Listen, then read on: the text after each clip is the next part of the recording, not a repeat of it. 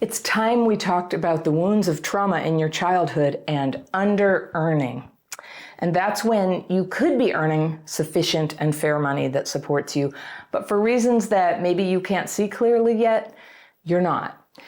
It's very common for people who grew up neglected and abused to under-earn. And I want us to talk about this because the longer you're under-earning, the further out of reach is your freedom to undo old trauma-driven choices that you made about relationships and work and where you'd live, and to finally build the happy and materially secure life that you need. Now, I don't know why, but trauma experts hardly ever talk about this. Like, I don't know, you're not supposed to talk about money. It's not irrelevant, right? It's a huge factor in how we got traumatized, and it's a huge factor in how we're gonna heal from trauma. So there's this idea that, concerning yourself with money is too consumerist, it's too trivial, it's too materialist, it's too capitalist. But actually, those arguments are often why under-earners don't earn enough money to just take care of their basic needs, all right? That is not greedy. You're saying that it's the system's fault, and fair enough, most systems have problems and they're complicated and there's unfairness built into them. But with under-earning, you're not doing what you can do to work within the system where you are. And you're in this system, right? This is where you are. So if you're not charging enough, or if you're in a line of work that pays notoriously little, or you're not putting in the time or the learning or the relationship aspect of work to actually make it go where you need it to go, then there's an inside barrier going on. And if you can get the courage to look at what's going on with you inside, it's actually really wonderful because this is the thing that you can actually change. So let's talk about under-earning.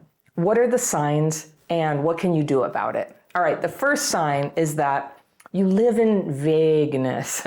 You feel or you know that you're not living the full and happy life that you could be, not just in terms of money, but also relationships and health and the kind of work that you choose. But you're never quite sure how much you need or what you actually want is or what sort of the budget is or how you're going to get there. How will you make this work? So you'll stay in a fog of hoping and sometimes being in pain, but not actually having a clear vision of where you're trying to go and charting out the steps you'd have to take. Like a lot of things, that's how you do it. The action you need to take when you're vague never comes into focus. The second sign is that although you might be scraping by, you're going into debt and you have no practical plan to change that and to start building up savings instead of piling up money that you owe. And I'm sure you've been told that you have to live within your means and maybe you overspend. It's easy to do. But if you're not earning, bottom line enough to live on, then you're under earning. And no matter how much you change how much you're spending, if you're not fulfilling what you could be doing there in a way that's wholesome, real, validating for you, honest, then you're still in under earning. All right, the third sign is you're resentful about the fact that you don't earn enough. You're not necessarily resentful at yourself maybe, but you're resentful at things outside of yourself, your family, your gender, your country, the economic system. And I've been to countries where the system really is stacked against people. But even there, people with a healthy sense of self-care work in that system to make sure their needs are met. And I know some people have illnesses and disabilities that might make self-care impossible. That isn't under-earning. Although there are situations where physical health problems can be part of under-earning, and I'll talk about that in a minute. But sane earning, healthy earning, means you evaluate the limitations out there and the limitations in here, and you find what is going to get your needs met. So another kind of resentment, this is the fourth sign, is that you've decided to make your career a line of work that is well known not to pay well. And instead of doing what it would take to get paid well, being some kind of star in that field, like let's say a novelist, getting a second job or a new line of work would be a way that you could start making more money. Or you could stay there believing that the world should do this thing, But your anger isn't making it happen. So one way or another, either you're going to go in and lobby that novelists get paid, which could take the rest of your life and still not yield any results, or you could find a way to meet your financial needs even as you work on your writing on the side. It's just how it goes. Now, maybe you're right. There are societies that pay their artists, but if you're not in one of those societies, you need a plan B that is in your society, or you're going to be under earning. The fifth sign of that you're under earning is that you're in a line of work where you expected to earn increasingly more money as time went by, but that's not happening for you. And there's a few big reasons why that might be. Maybe you're in an organization that doesn't need or want to pay someone at that level, or you don't have the skills to raise your pay, or you haven't asked for a raise. Now, sometimes getting a raise means you have to change jobs or move laterally. But generally speaking, if you don't ask for a raise or declare higher rates for your time, nobody's going to come and give it to you. We can kind of lose that point when we come from a traumatized family, a dysfunctional family, and then go into a work situation with a boss and coworkers and kind of project onto them like they're our family, parentify the boss or the team. And instead of like shepherding our own career and deciding when it's time for a raise and when it's time to move on, if you can't get it there, you get mad at the other people for not taking care of it for you. But just look at reality. In most situations, it's something that you're going to have to drive for yourself. There's no parent there. There's no mom or dad who goes in and goes, organization, it's really time that you gave Anna a raise. It just rarely happens. So if it does, great. But if it doesn't, it's just time to be the person who advocates for yourself. Some jobs have that kind of thing, a structure of reward, they really pay attention. But I'll tell you, I've never had a job like that. And I wasted a lot of years just being mad that I wasn't being recognized as worthy or paid what I was worth. I was mad, but I didn't act for a long time. And then I did, and the problem was solved. The sixth sign is blaming other people for the fact that you are stuck. And this is often what under-earners do. They outsource responsibility for growth in their career and their life to other people. So this is similar to, resenting people for how much money you have, or the fact that they have money and you don't. But this is about like resenting people because you believe that they have to allow you to grow. They haven't created conditions where you can. And I'm just telling you, in the age of the internet, it's almost impossible not to grow if you avail yourself of the knowledge that's out there. And some of you have heard the story. When I lost my consulting work in 2008, a lot of people were losing their jobs. I started a video production company. It was something I sort of knew how to do, and I had to cold call people and come up with something. It was necessary. I had kids. I was a single mom. I had to do something. And it was interesting. I don't think I would have done anything so daring if I hadn't lost this other work that I had. But the work that I ended up doing was so much more interesting, than what I was doing before, and so much more suited to me, and it paid better. But I only took the chance and went for it and tried. Well, you know how I learned to do it? On Google. I just Googled how to do this stuff. How do you send an email? How do you make a cold call?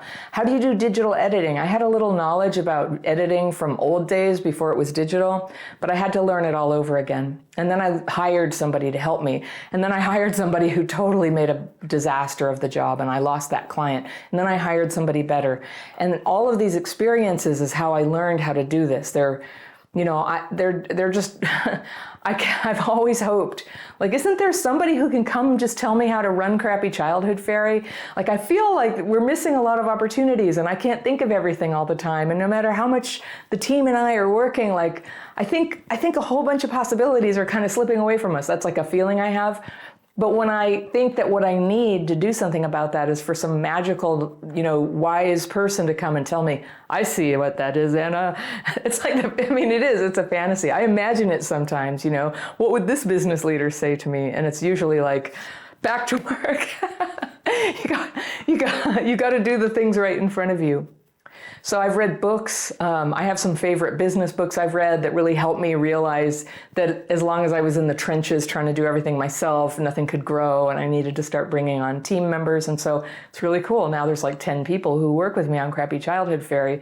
So it's more time for me to be making videos and writing a book. And when I do a good job at that, the whole company, can grow. It can support all these families that it does.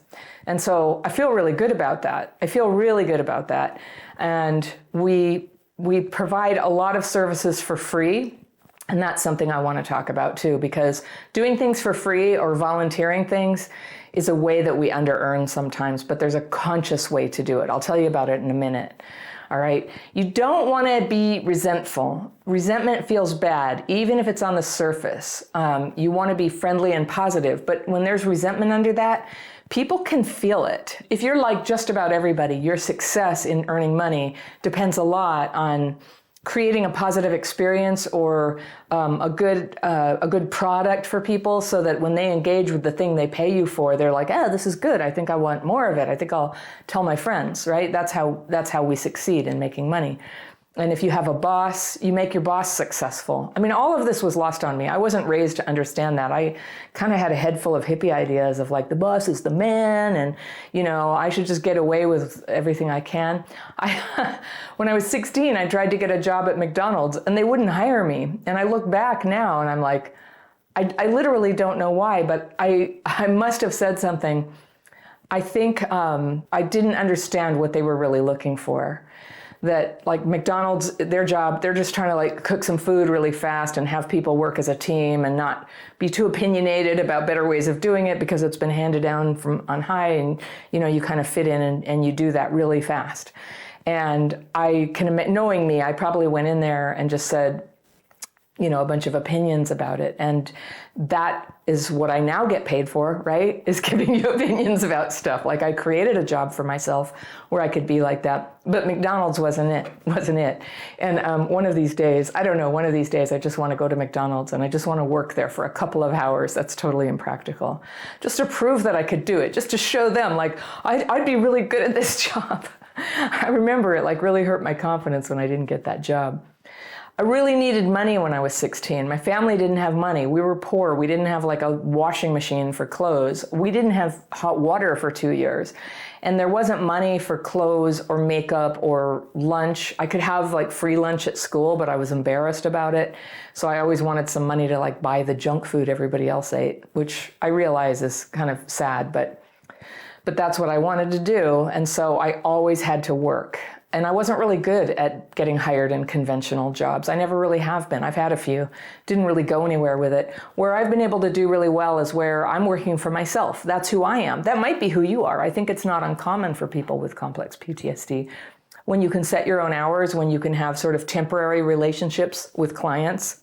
And so if things, start to not feel good, it's not right, you can stop having that client and you can move on to another one.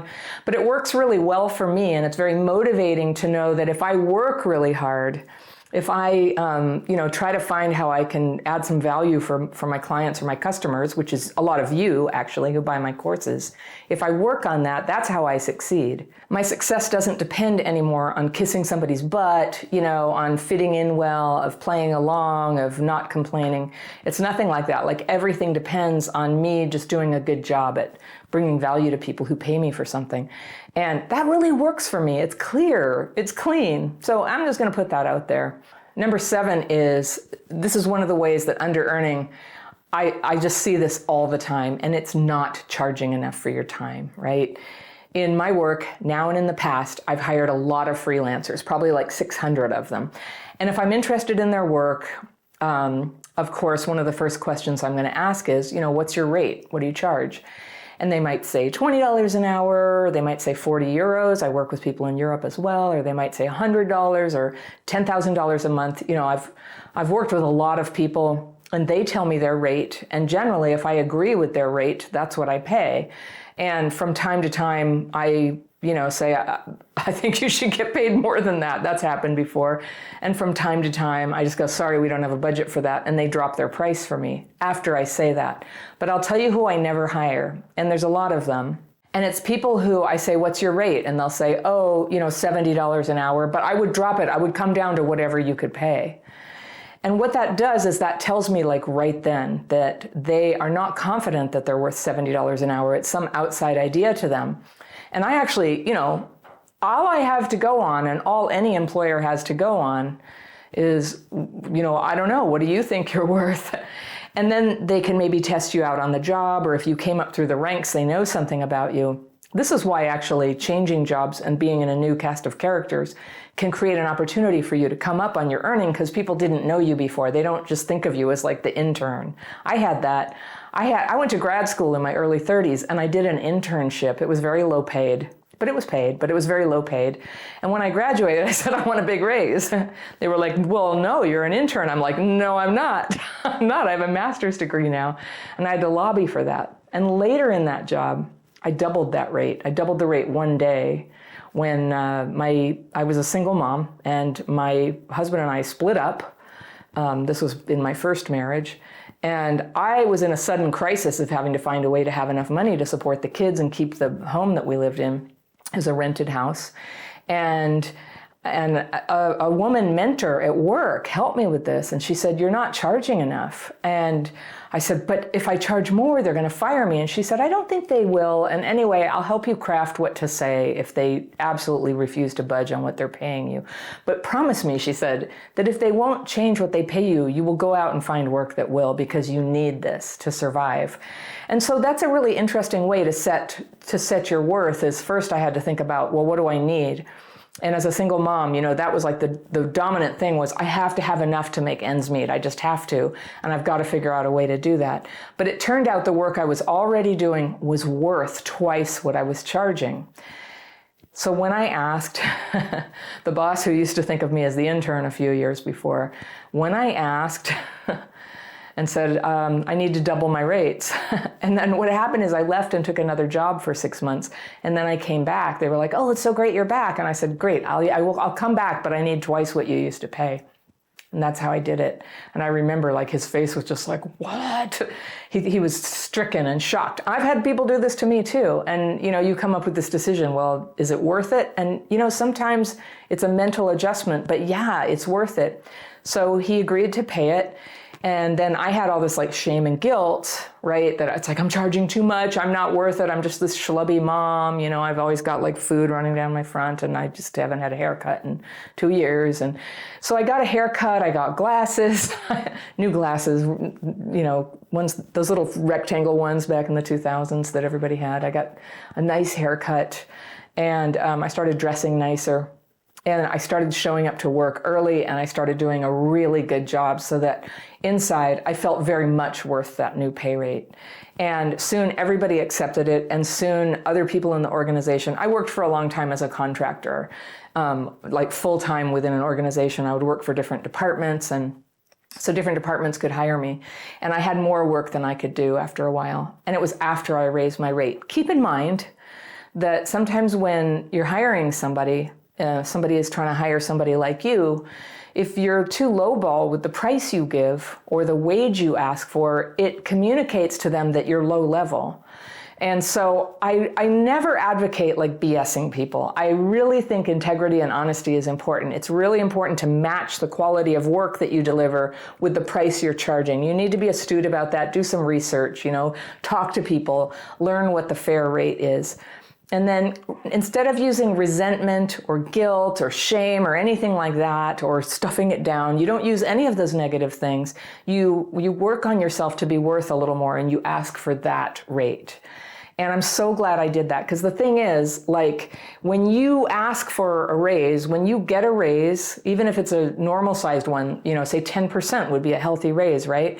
But if you get that 10% raise this year, instead of having it be forgotten until a year from now, your base pay just went to here, and then a year from now it goes here. If you hadn't gotten it, your base pay would be here, and next year your raise would take you here. So every time you kind of keep your foot lightly to the gas of trying to get paid what you're worth, you you're not just helping yourself today, you're changing the whole trajectory of your earning potential. Now I'm getting to the stage of life where it's like very clear to me that retirement money is needed. And my life was always in such an emergency, like so many of yours I know, that I was just like, that may be, I realize there's a future and I'm going to need that, but I need every penny I've got right now to get by. And that was where I lived, and it was really hard for me to get out of that cycle of always living in a financial emergency. And it came, I did read a book about finance. That was part of it. But also I got re-regulated. I got neurologically regulated so that all the little choices I made from day to day about, where will I work, or what will I spend, or who will I date, or will I date? And can the kids use hand-me-downs, or do I need to have new stuff? Like all those little decisions that I made, they add up to changing your status in life. And it's funny how they do that. You start doing the little things. I think it was Susie Orman had a book. And she's like, start going to the cheapest gas station, pick up pennies when you find them. And I was like, well, what difference does it make? But I don't know, there's something that changes when you do that. And so I became a penny picker-upper. And I would always tell the kids, oh, look, good luck. If I found a penny heads down, like tails up, I would flip it over and leave it for somebody else. I just had this little ritual. But I was tuning in. I was tuning into my intention and my goal to really get on my feet financially. And it wasn't easy. It took a while. There were a lot of ups and downs, but it did go somewhere. And I would like to put in a plug that one of the worst things for your finances is to be in a doomed relationship.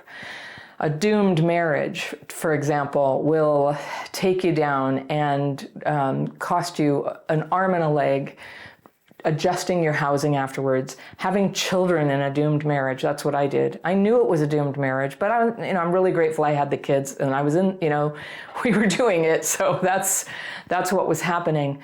But it just wiped me out. It wiped me out financially. And so my mom had raised me with this idea that she's like, oh, marriage is just a piece of paper and it's an old, outdated institution, and a woman needs a man like a fish needs a bicycle. And that was kind of a lot of mental clutter for me, and moral clutter on like, well, what am I really after here? I really did want kids.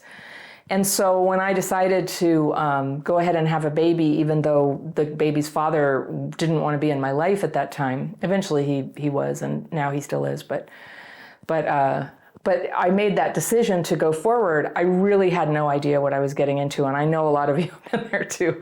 And everybody was just like, cool, very Murphy Brown or whatever. It is really hard. It's really hard to straighten things out financially. And if I had not gone, just full bore on creating a business and always making a decision, this is how much money I need to be okay. Like I live in California, so it's like, it's an economy all by itself. It's like Switzerland or something. You have to make so much money here. And if I moved away, the kids wouldn't be near their dad. So I was always in this dilemma. And there was just no choice. It's like, I'm just going to have to earn more. And I did. So I'm making a very roundabout point, as I like to do sometimes, that I ended up solving this problem by getting online and teaching myself some skills. I had an idea of something I could sell for a high amount of money. The work I had been doing before, even if you go to the top of the hourly rate for consultants, I was in like nonprofit stuff, and it was never going to be enough. It just was never going to be enough, and it was going to be a real goose chase to try to keep getting the next job. And so I needed to have something that paid better, and I needed to change careers, and that's what I did. I just scanned the horizon. This was one of my favorite games, by the way, that, when we're hanging out with friends at my house, if somebody's like, I don't know what I should do, and I'm like, oh, this is my favorite game. I would love to, let's brainstorm what you could do to be, okay, first of all, how much money do you need to be making? And they say this number that sounds impossible. I'm like, okay, here we go. I've got it. And there's a way, and I know like not everybody has the skills, the education, the connections to people, the social grace. There's so many things that can get in the way. I know. I have a whole bunch of those myself. I hate it when people judge me and they're like, you have blonde hair, obviously everything's fine. It's like, no, I was feral. I did not know how to get along with people. I had no idea. I was completely like brainwashed as a kid that jobs are bad and they're always taking advantage of you. That's a big one, okay? Let's talk about this sign. this is a sign of under-earning, and this is part of the resentment one, is this belief that organizations who pay you always have a nefarious motive. And some do, and you shouldn't work for them. You should do your homework and find out, is there a nefarious motive that I'm not okay with? And don't work there.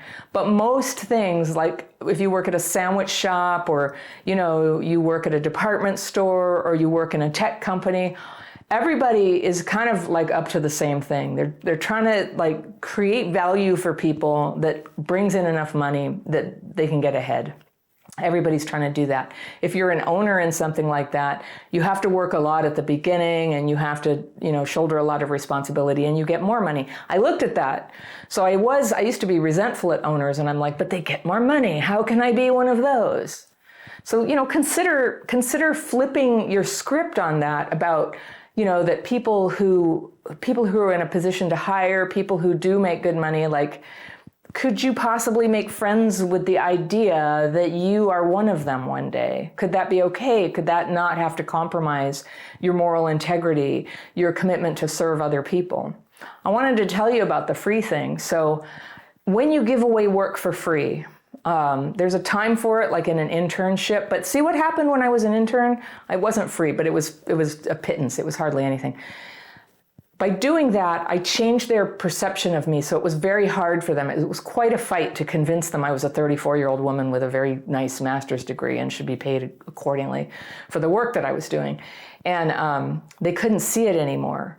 And so every time that you give free work to somebody because you think that you can't get clients without it, a friend who just started a business, a coaching business, talked to me about this. She got her first client. An hour before their first appointment, they go, oh, I don't have the money, I don't want to do it. And my friend contacted me. It's like, what should I do? I'm like, do not chase after that client. Don't chase after them. Don't do it. Eventually, the client came back and was willing to pay. But it's a little bit like dating. When somebody breaks up with you, do not go chasing them and just go, that's fine, I'll crap fit to the whole thing.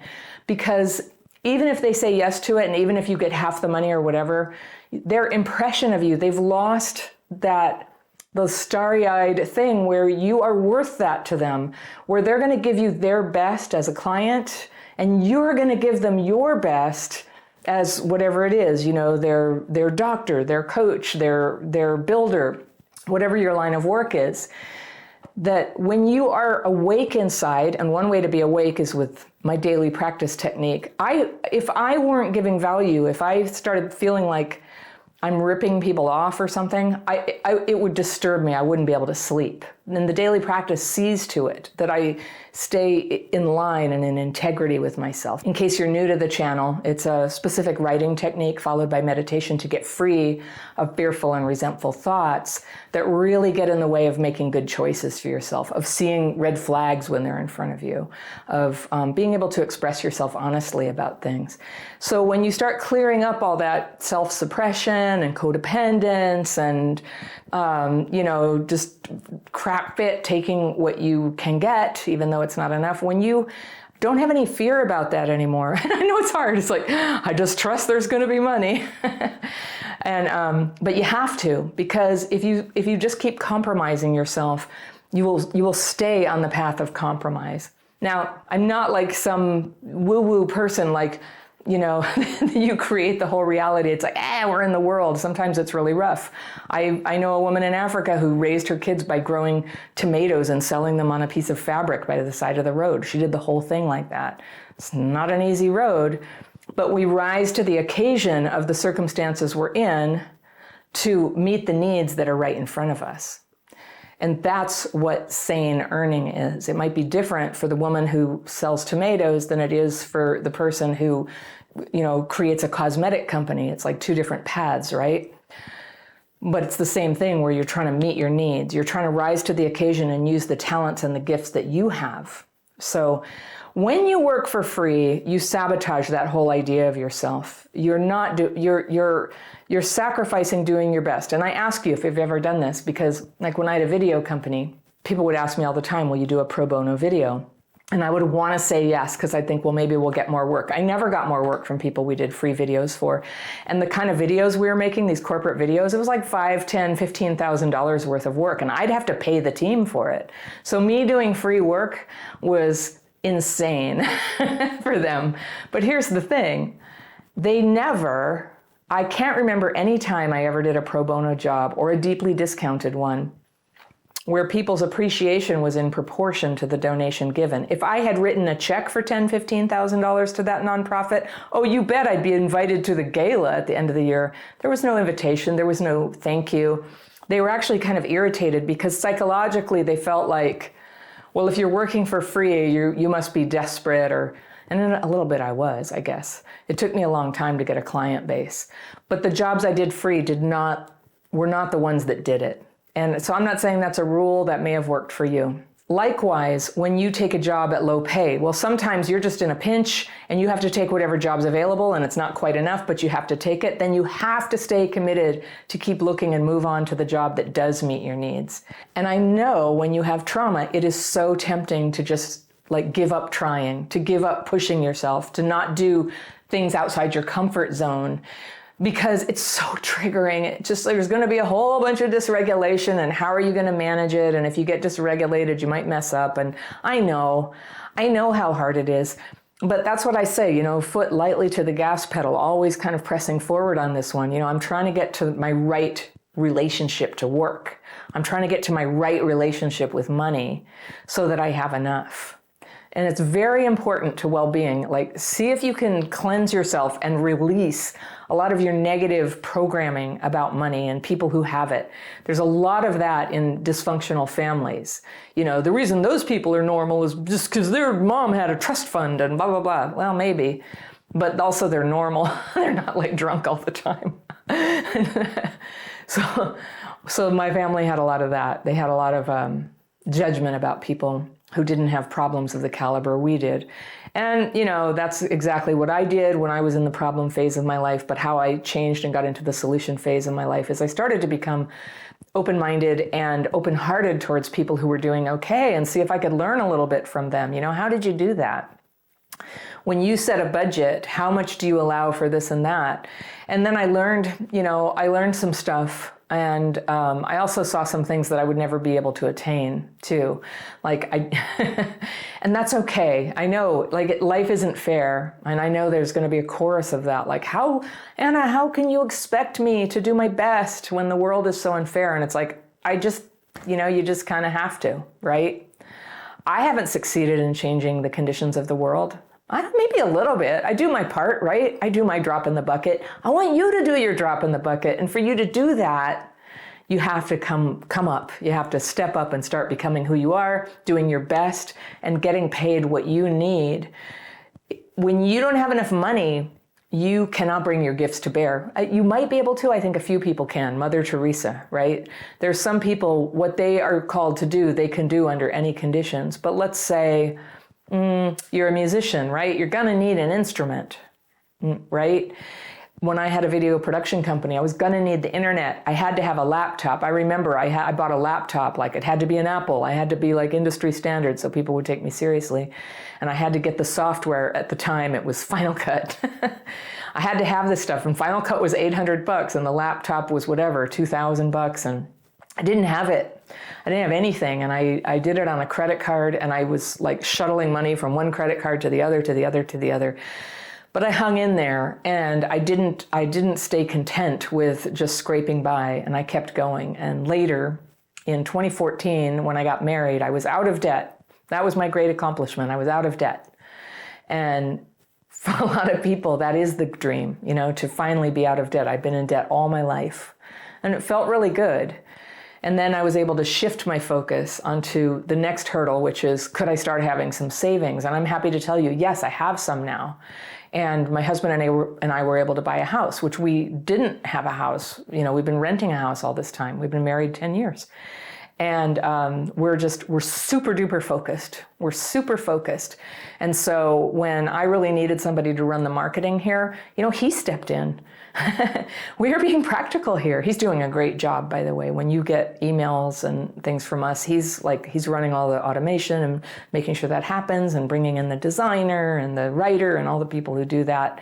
And we have this beautiful team that works together.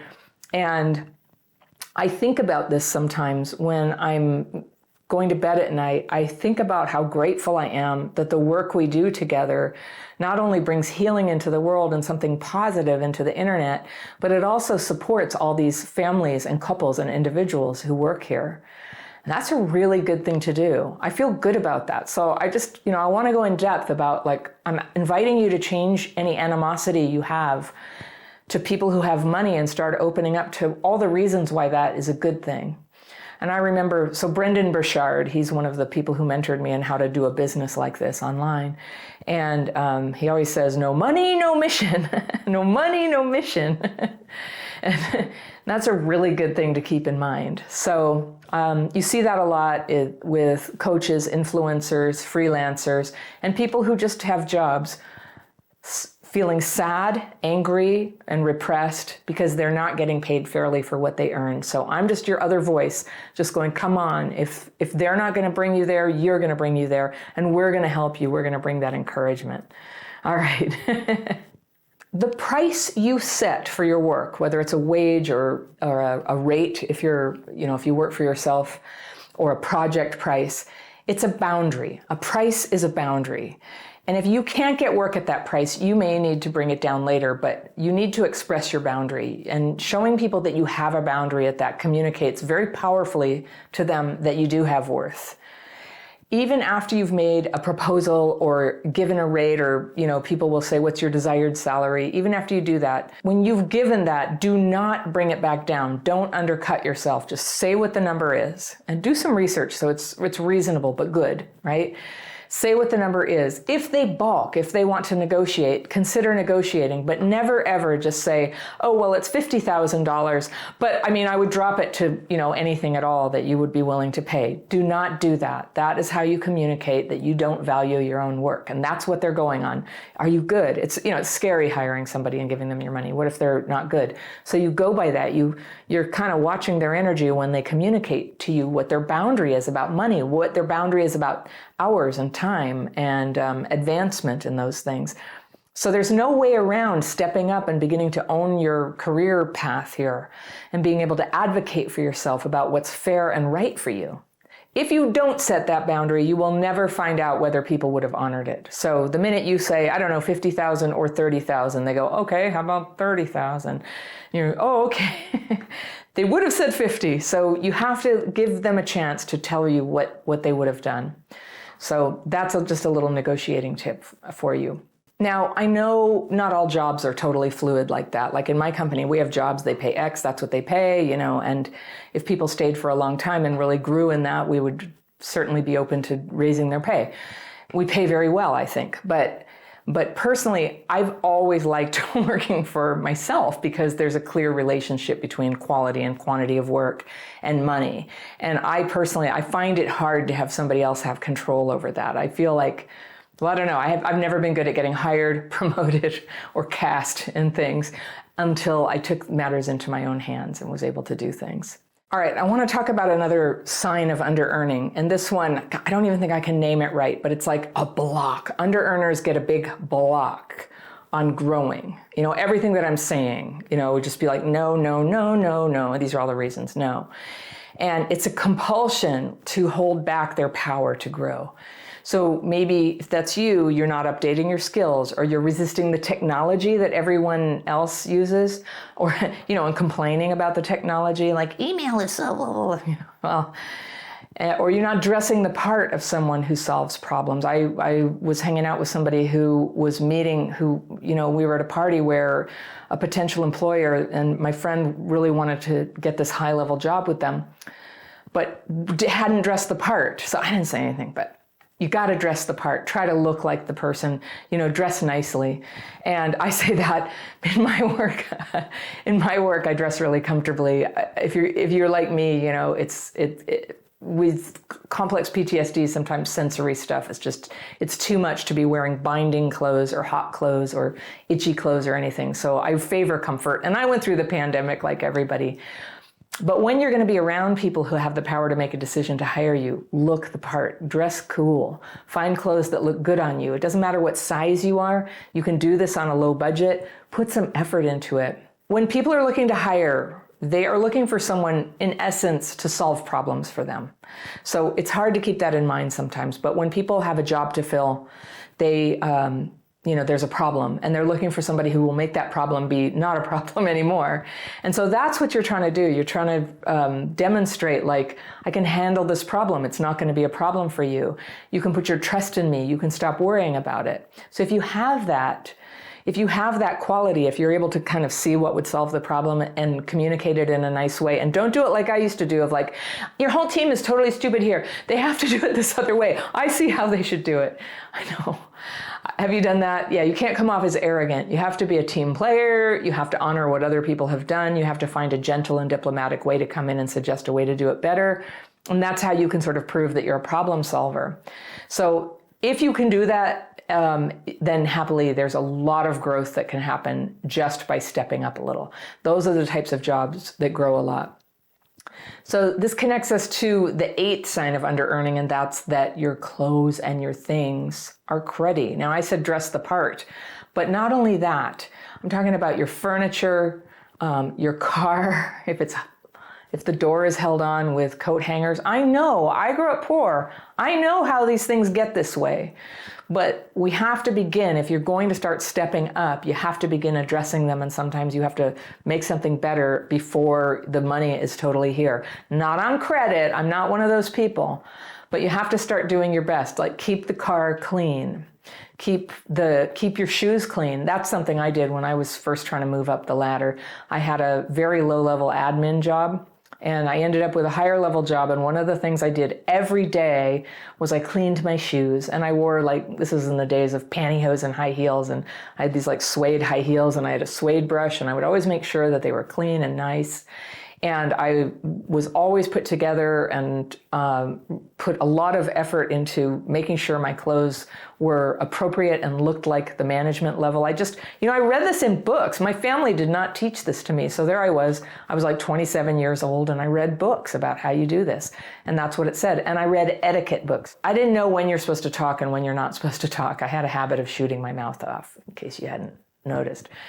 So furniture, just the emotional and spiritual reflection of your space. You've heard my thing about, like, you're not taking care of yourself. How you know is, test number 1, check your underwear drawer. Are they just horrid and nasty and you would die if anybody ever saw them? It's time for you to have new underwear. And you can do that for about $11 at Target. And so likewise, you can get some furniture, a little plant. You can wipe the table. You can tidy up in the house. And we talk here a lot about clutter. And clutter is a way that we express, chaos inside on the outside. It's not a big psychological game we're playing. It happens. But you can help yourself feel better by tidying up. You can help yourself feel worthy of earning more money by tidying up. So clothes that are permanently stained, like, maybe keep one outfit in case you're going to paint something, but just don't keep them anymore. I know, right? And there's a lot of people with hoarder mentality where they're like, no, you can use the fabric and cut them up and donate them to a mortuary or something. Yes, you could, but if I made that plan, I would go right back into inaction. So it has to be an easy action. Where I live, you can put almost everything out on the street and somebody takes it and it gets used. So that's always comforting. But occasionally stuff it does have to be thrown out. Deal with it, okay? The energy of under-earning leaks into things of your life, and they are, when they're like ucky, dirty, stained, broken, and you don't replace them. Even when you can, you don't, right? Broken appliances, things where you think, maybe I'll be able to fix this electric toothbrush one day. Will you though? How about put a timeline on it? Give yourself a year. If I learn how to fix an electric toothbrush within a year, great. And if not, get rid of it. Have yourself a nice toothbrush. There's little things that you can have that are quite nice. There's some things that I like to have. And in the days when I had like no money, I like to have something I could put in the bathtub, like a bath with something nice in it. It doesn't even have to be that nice, like a $10 thing, right? Some $10 nice bubble bath or something. And then literally I would pretend that I was in a hotel, like a nice hotel. And another friend of mine does this thing. If you have different routes you could drive when you drive somewhere to work, let's say, where you go over and over, and one of them is through this terrible, like ugly part of town, and one of them is really nice and there's trees and nice things to see. Even though the one that's nice is 5 minutes longer, take that one because it dictates the world you live in. You perceive yourself as being in a nice world where things are functional and good, and there's trees. And next thing you know, it rubs off on the inside. It rubs off on what you can imagine for your life. So at a certain point, your belongings dictate what you can earn. There's a relationship there, a two-way relationship. Obviously, what you earn dictates what can belong to you, but it's two-way. There's times when you might have to get that nice outfit from the thrift shop. There's nothing wrong with a used outfit if it fits you and it's clean and it's pressed and it helps you look the part. All right, ninth sign of under-earning is the misuse of time. And one big form of that is procrastination. Now, you might be someone who works like crazy when the boss needs it, but you can't even put in a couple of hours at the end of the job to proofread your own work. You won't do it for you. Or you get online and you learn something that would make your work better. Do you do that? Are you willing? Will you get a book and read it for the thing that you need to know about your industry? Finally, the 10th sign that you're under-earning is you're surrounded by people who haven't paid you what they owe. It's weird, like that stops happening when you feel good about what you charge, when it's enough and you feel like you are doing a worthy job to earn it. It stops happening. So when I first started freelancing, that's the only thing that ever happened. My very first client ever, I did all this work and I kept saying, I think we need an agreement. I think I need a down payment. And they were like, yeah, soon. Well, this is kind of macabre, but they died. They just abruptly died. They had an ulcer or something. And I got this phone call that they died. And I said, okay, well, I never got the down payment. And they were like, too bad. We didn't sign a contract. I didn't have a leg to stand on. So I learned the hard way. And I started getting very businesslike and having contracts. And now we use DocuSign and we have actual agreements and terms of service. And if you buy a course from us, there's a term of service that tells you what you get and tells you the conditions under which you would get a refund or not. And we feel good about that. We've done a lot of thought about like, what do we think is fair? And everybody has a chance to see it. So maybe if you are not getting paid by people, maybe it's because you didn't set clear expectations. That's what a contract is. That's what a terms of service is. Because you don't like asking for the money. You're uncomfortable asking for the money, or you feel like you have to keep working when they haven't paid on time. Like somehow they can get away with not paying, but you have to people please them by working or they'll get mad. This is where people with CPTSD fall down every time at first. But I'm here to tell you, like, just don't do that. Don't do that. Have your boundaries. Say it in the nicest way. It's like, great, I'll resume work when we get that payment made. Getting paid what you're worth on time in work where you're valued on a path of growth so that you can be materially secure and financially sound, it's going to take all the trauma healing you've got. You need good boundaries. You need to learn to calm the triggers that can so easily make you back down when you work with people or work to advance your career. And most of all, you have to overcome the trauma-driven habit of believing everything difficult is controlled by people other than you. When you're healing trauma, this is the big epiphany that so much of your experience is under your control.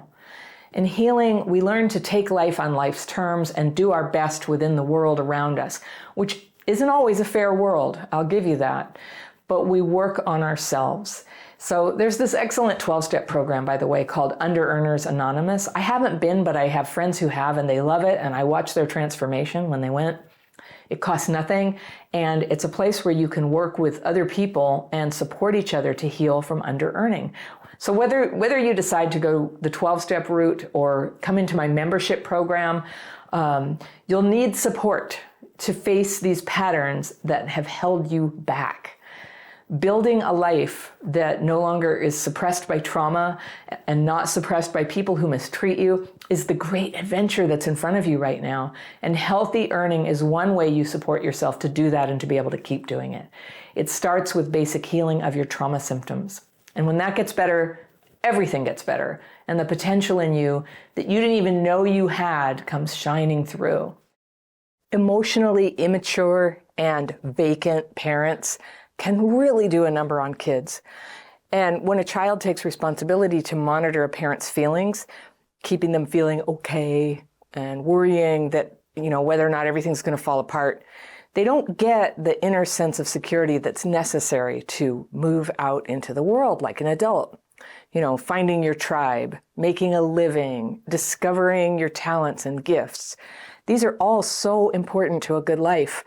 But when that black hole in your childhood drained away all the guidance, all the teaching by example, all the sense of structure that you were supposed to get, you can end up in your adulthood feeling like your life isn't real yet.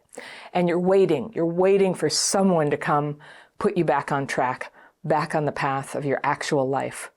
My letter today is from a woman I'll call Jerry, and she writes, "Dear Anna, what I would like to ask today is specifically about this whole concept of putting limerent thoughts into a sealed vault and away, as I have heard you describe." Now, this letter is going to go to some new territory after this, but I'm including it because it's important background. I'm using my fairy pencil here. I'm circling things I want to come back to on a second reading, but let's go through, and I'm going to read you a part 1 and a part 2 of Jerry's letter. All right. She says, "I find this difficult because of the phenomenon, when I say don't think of an elephant, what do you think of? So my question for you is how to really implement clearing and letting go of these thoughts completely. In the past few months of doing the daily practice, my limerence has definitely improved. But I admit the thoughts still come. I've actually been resisting writing to you because deep down, a part of me believes I found my twin flame." So if you don't know what twin flames are, it's a New Age spiritual belief that some people have this other half of their soul that is in somebody else's body, and they have to find that person. And unfortunately, it's often a way that people get obsessed, limerent, on people they can't have. Oh, they're a twin flame. They're actually the other half of me. They just don't know it yet. And there are a lot of people who prey on people who believe that by selling them psychic services and things. So to help them keep believing this thing. So part of me believes I found my twin flame, and I've been limerent in the past, but have managed to completely let go and move on from each of the people I've been limerent on. Except this most recent experience, I met this person for literally 3 hours on one day as a result of connecting on a dating app. I immediately deemed them the answer to my prayers and meditations. I've reached out to him 3 times over the course of 2.5 years, and he has not once responded. Anna, I got super tangled up in this mess. I was stalking him on social media and spent my entire inheritance getting scammed by a psychic who claimed to, quote, bring us together. With your content and this practice, I'm beginning to experience glimpses of clarity from this fog, this entanglement. I'm beginning to make my first real friend in what feels like a long time.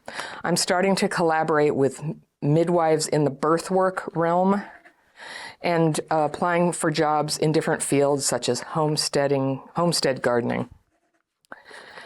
I'm going to attempt to be as clear. So this is where I switch over. She wrote a second letter. She wrote me a letter. There was more. And I went ahead and took that part out, and now I'm going to go on to the second letter she sent when she had second thoughts about what she said the first time. She says, I'm going to attempt to be as clear and straightforward in this letter to you because I have been living in such a fog that it has completely clouded my vision.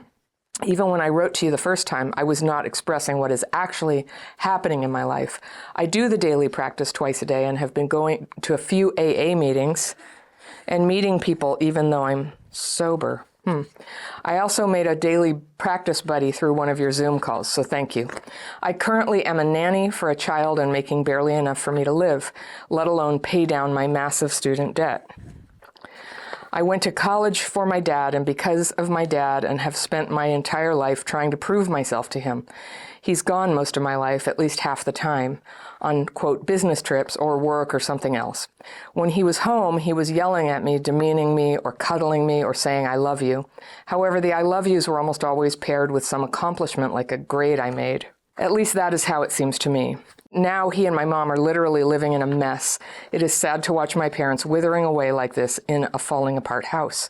As a child, my mom, in the best of her loving intentions, was constantly fearful, anxious, and afraid of my dad, although she depended on him for financial means. As a child, I mothered my own mom, and emotionally, I starved. Now I'm living on my own. I've been financially independent from my dad for 3 years now by working as a nanny and renting rooms. I've been trying to get the emotional love from the families I work for. It doesn't really work because that is transactional.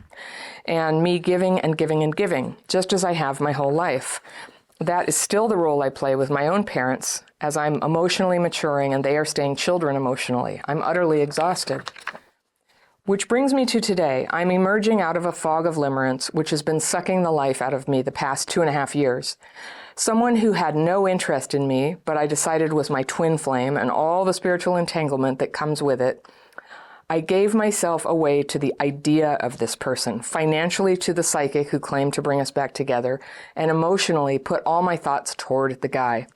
I actually physically took a job where I thought he lived, which is where I live now. He's not here. Just me, Anna. I was in dark deep. But what I really want to ask you about today is how to help me actually live for myself and take a step toward a more fulfilling life for myself, financially, emotionally, relationally, and physically. I have 2.5 more months until I complete my current nannying job. And after that, I can do something different. And I'm at the point now where it's time to start making those moves, reaching out, applying for jobs, etc. And I'm a bit overwhelmed and feeling abandoned as the family I nanny is starting to interview candidates for when I leave. I had the choice to stay, and I'm choosing to leave even though I do not know what I'm going to do. I just really want to do something different. I'm so overwhelmed because I do not have something to fall back on financially and no backup place to go as I cannot go to family. When I actually sit with my heart, what I desire is in the evenings cooking dinner together with people. I enjoy being around and sitting at the table together.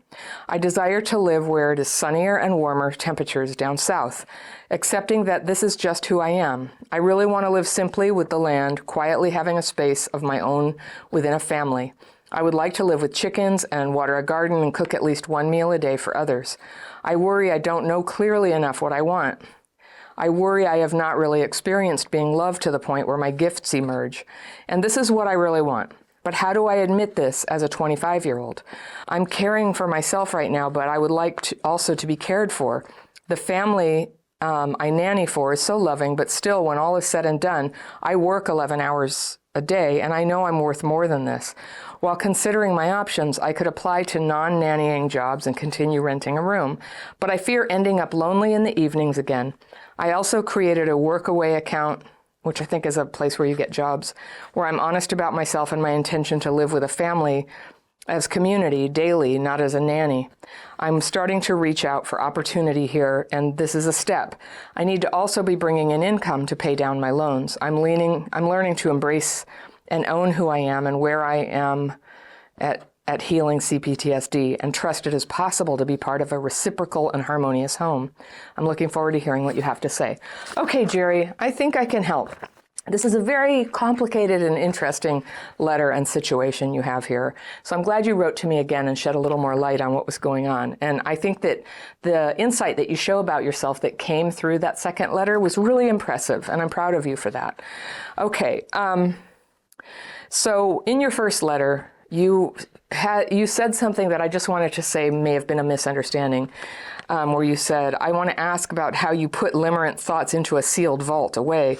It's a little different than what I say. I just say stop thinking them. There's no sealed vault. That's a metaphor or something, but you're not putting them away to take them back later. You're just disciplining yourself to stop thinking about it.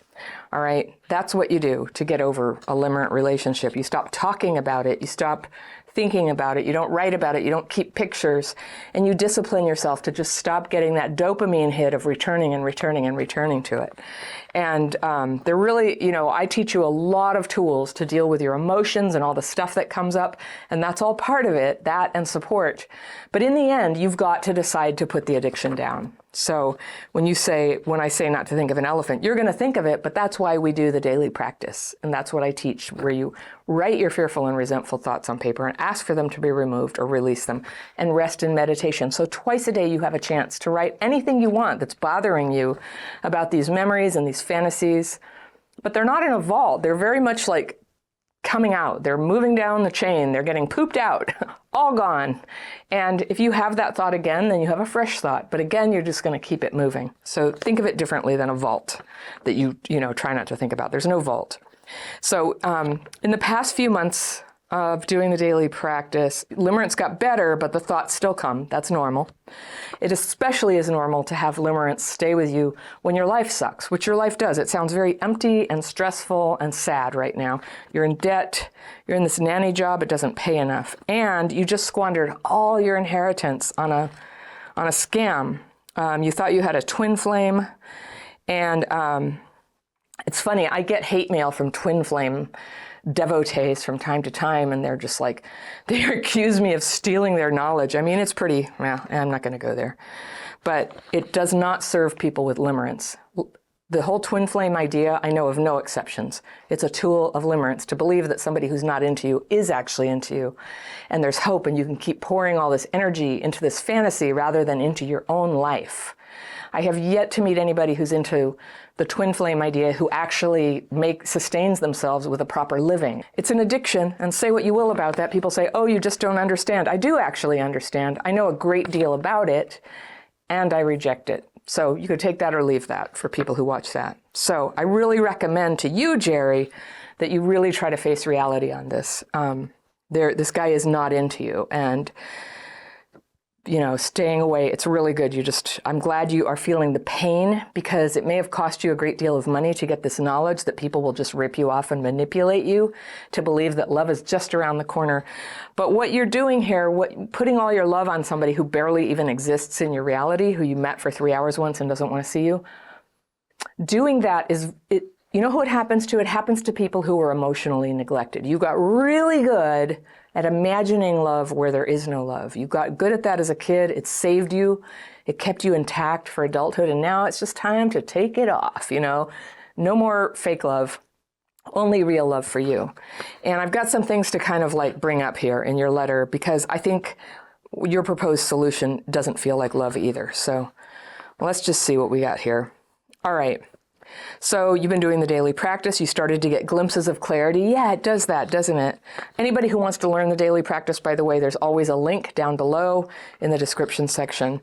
It's free. You can learn it for free. And these are the techniques I've been using for almost 30 years. It's what saved my life. It's what continues to support my healing. It calms dysregulation. Okay, even when I wrote you the first time, I wasn't expressing what was actually happening. So yeah, it sounds like you were kind of in a fog when you first wrote, and then you got out a little bit. Clarity versus fog. That is so good, Jerry. That's what healing looks like. You come out of the fog, and sometimes we don't like what we see. We start to see reality for what it is, and we're not dressing it up in twin flames and hope and blah, blah, blah. Instead, it's just like, oh, this is a tough situation, and changing it is going to be hard. But that's okay. That's okay. All of our ancestors had to do stuff that's really hard, and we can do it too. We can do it too. We're equipped. We are strong, and we're capable. All right. So this was a little confusing to me. I've been going to a few AA meetings and meeting people even though I'm sober.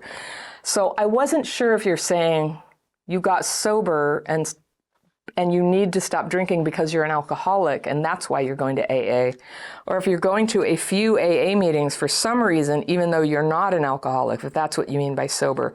So in AA, that word sober really means a specific thing. So it means not only not drinking, but participating in the program of recovery. That's what sober means. And in AA, dry is the word for somebody who's not drinking but not participating in a program of recovery. So it sounds like, I don't know, you poked your head in, but what I'm curious about is if you're an alcoholic, why are you just going to a few meetings? And if you're not an alcoholic, why are you going to AA? Now, I know that I say, go to some open AA meetings, but this is like, we're post-pandemic now. You've got your own meetings to go to. And maybe you live way out in the country and there's no meetings, but you need to be at your own meetings. And if you can't get to them physically, you need them online. And your own meetings, if you're not an alcoholic, from what you're saying here, might be Sex and Love Addicts Anonymous, especially if it's a women's meeting, Codependents Anonymous, Debtors Anonymous. Debtors Anonymous is where people go when they're under-earning and in debt. And it's a terrible problem to have. And I just don't think it's common that there are easy resources for this, but 12-step programs are free. You make friends who are walking the same path. They're wonderful. And I've known a lot of people who do Debtors Anonymous, and I really like what they've been able to do with their recovery. I'm very impressed. It's honest, it's valuable, and I just see them setting boundaries. I see them buying houses. Good things come from that. So go to 12-step meetings for yourself. I can't help but wonder, if you are an alcoholic and you want to stop drinking and AA is for you, I think you're kind of half-assing it here. And if you're not, I can't help but wonder if you're there trying to meet men. That's what I'm thinking. AA is full of men, but it's full of men who are fragile, who are in grave danger, who have a progressive and fatal disease, and who are working on it. So I'm not saying this is definitely true for you, but for anybody listening, do not go poaching romance in 12-step meetings. It's, this is like the worst thing that can happen to somebody newly sober is that they get into a relationship and things get crazy. They get obsessive, they get their heart broken. A relationship can be really destabilizing to somebody, and it's not morally right to go in there and try to get your needs met from somebody who's in a life and death situation. And furthermore, even if people have a little bit more recovery than that, I would just say if you have CPTSD, it is not ideal to go, browsing for partners in a place that's all about trying to recover from this terrible condition. I would just say that. So when people are in 12-step programs for themselves, they may meet potential partners there. There's still a lot of trouble that can happen. But I'm just going to put a big yellow flag around your participation in AA there. I didn't understand what it was, and since you're not clear, I'm not clear. All right. Then you say you currently nanny for a child, and you're making barely enough to live, let alone pay down your massive student debt. This is really normal. What you're telling me, being a nanny and having a massive debt, I've seen this again and again and again. And I'm going to say Debtors Anonymous, because this is a very bad recipe for your future. With the debt, you're not really free to pursue something new, like go to school or, do a new thing. And with nannying, you're never going to have savings. It's just never going to be enough money. And I know a number of people who nanny professionally, and I know that it's a job that can be a real godsend for somebody who's a refugee or who has just immigrated, or they don't have any skills to do anything else. But girl, if you have student debt, you have education, and you must go find a way to earn some proper money. If you don't earn money, you're behaving as if, and this will sound harsh, but you're behaving as if somebody's going to come rescue you. You got free of your dad, but I can't help but think this limerent idea, which always visits upon people whose lives are bleak right now, that's when it comes, but that you're going to get rescued from this. And that's why I love your second letter, where you really say, I need to get on track. I need to get my life together. Yes, that's right. Okay, so then you said you're looking at these other careers, and I'm going to say something unpopular, but like collaborating with midwives in birth work and homestead gardening. These are notoriously terrible jobs for money. They may be passion jobs for you, and that's nice, but that means you do them on the side. You need to make a living. If you don't intend to be taken care of, and you say, I need to be taken care of, I take care of others, I want to be taken care of, I'm going to lead up to how you get taken care of in the proper way, in the legitimate way. But right now, you're 25, you're nowhere near about to settle down or have a family or anything. It's time for you to become truly self-supporting, which means supporting yourself, paying off your debts, and being in something that is uplifting for you and fair. So when we talk about earning what we're worth, nannies get what nannies get. The market dictates what nannies get, and it's notoriously low pay. It's notoriously low pay. So when you say you're worth more, this is where I'm going to tough love you. To be worth more, you have to do something that pays more. This is just how the world works. So if you do a low paid job, you cannot rail against the world that your low paid job has low pay. You're going to, if money is what you want, if you want to get enough money to live on, you've got to go look at the work that brings in sufficient money. And you may also want to really look at like health insurance and vacation benefits and all those things. Nannying, the minute they don't need you anymore, you're out of a job and you don't have all those benefits. So I really want to emphasize that for you. It's a fine thing for somebody who has no choice or for somebody who is about to get rescued by somebody else, but that's not where you are. You want to get on your feet, you got to have a proper job. So I'm really proud of you for quitting that job without having another one lined up, but you have got to get busy right now getting that job lined up, like out of the fog, out of the fantasy. I'm picking up your letter very quickly here after you sent it in because I feel there's urgency here. No messing around.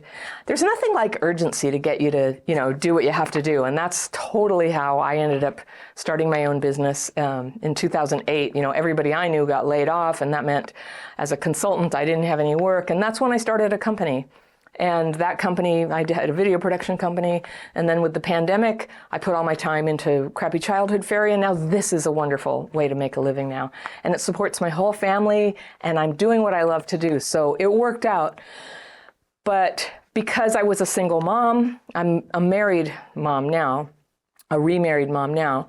But because I was a single mom at the time when all that work dried up, I had to figure something out.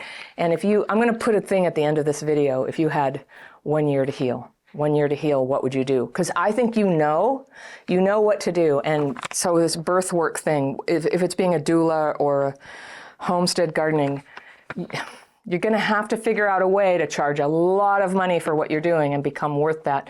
And these are both very freelancey things and not likely to get you the security you want. So I say hobbies. Now, I ran a video production company and my hobby was Crappy Childhood Fairy. If I could do that, you could do that. When you're young and you don't have kids, you don't have a partner right now, you have a lot to give to the world and you can simultaneously support yourself and develop your next thing. And you've got to start thinking that way. So then you say, you went to college for your dad and because of your dad and have spent your entire life trying to prove myself to him. Okay, I'm glad you take responsibility for that. Your dad's out of the picture now. He's not supporting you. It doesn't matter what you thought at the time. All that matters is what you do right now, is what your choices are right now and how you solve your problem. It's clear he's not going to solve it. And I'm glad you get to have that lack of investment with him. So he was gone a lot of your life, half the time, and he was hot and cold, demeaning, cuddling. And then your mom was childlike and you had to emotionally babysit her. I've seen this a lot where girls who had to emotionally babysit their moms, this is a pattern I've noticed, and perhaps some of the professionals know about research on it. I've just noticed it crop up again and again. If you don't get raised as a child by the adult, you have trouble growing up later. And that's kind of what I'm seeing. You keep wanting to go back into some family where you'll be taken care of, but you're right, that's transactional at this time of life. It's not your family, which is curiously absent from your vision of having your own family. So you say your parents, their house is run down, and you still play the role as you're emotionally maturing and they are staying children emotionally. So I hear you, but I would just really focus on the ways that you're not maturing emotionally yet. You're not self-sufficient yet. You're not having a relationship with a real human being yet. Just focus on yourself. I'm not trying to put you down, but just saying all that energy worrying about your parents or trying to figure them out, just bring it on in because you need every bit of focus right now to get yourself lifted up, all right? So you're coming out of the fog of limerence. It's been sucking the life out of you, yep. And the twin flame spiritual entanglement that comes with it. So when you say spiritual entanglement, I'm just going to say, well, that sounds like somebody else was involved and it wasn't. And so it was a fantasy, and you gave yourself away to the idea of this person, who has nothing in common with the person himself. The idea of the person is in here. And then financially, you gave all your money to a psychic who claimed to bring you back together. So live and learn, all right? You're not going to be gullible like that anymore. Never give money to people to do magic for you. Don't do it, okay? You physically took a job where you thought he lived to try to be around him, even though he would never return your messages when you reached out 3 times in 2 years. He's not there, it's just you. So good. Now you're like, here you are. You launched yourself. Now you're on your own, and you were in dark and deep. But what you really want to ask is, now what? How do you actually live for yourself and take a step toward a more fulfilling life? Financially, emotionally, relationally, and physically. So you have 2.5 more months to complete the nannying job. And by the time this is on YouTube, it'll be even less than that. You're almost done. And you're feeling bad because they're replacing you. And I think that's how anybody would feel, when they watch their replacement being interviewed. I think that's normal. But you really want to do something different, good. And you're so overwhelmed because you don't have something to fall back on financially and no backup place to go. Yeah, so money time, right? Time to line up some work, or the type of work that has a house built in, a place to live built in, or line up some friends. Like, it's time to get seriously busy on this, and don't just leave it to the vague fog that you're in that somehow this is going to work out. You have agency, my love. You are a young woman, and you can figure this out. And our ancestors, time and time again, they started as immigrants, and they lived off the land, and they made something out of nothing time and time again, right? They did it. And we can do it too. And I've done it, and you will do it. You will do it. But I want you to let go for the idea right now that living with some family who's not your family is somehow going to scoop you up. Like right now, you have to be a single woman on her 2 feet. Very powerful thing to be.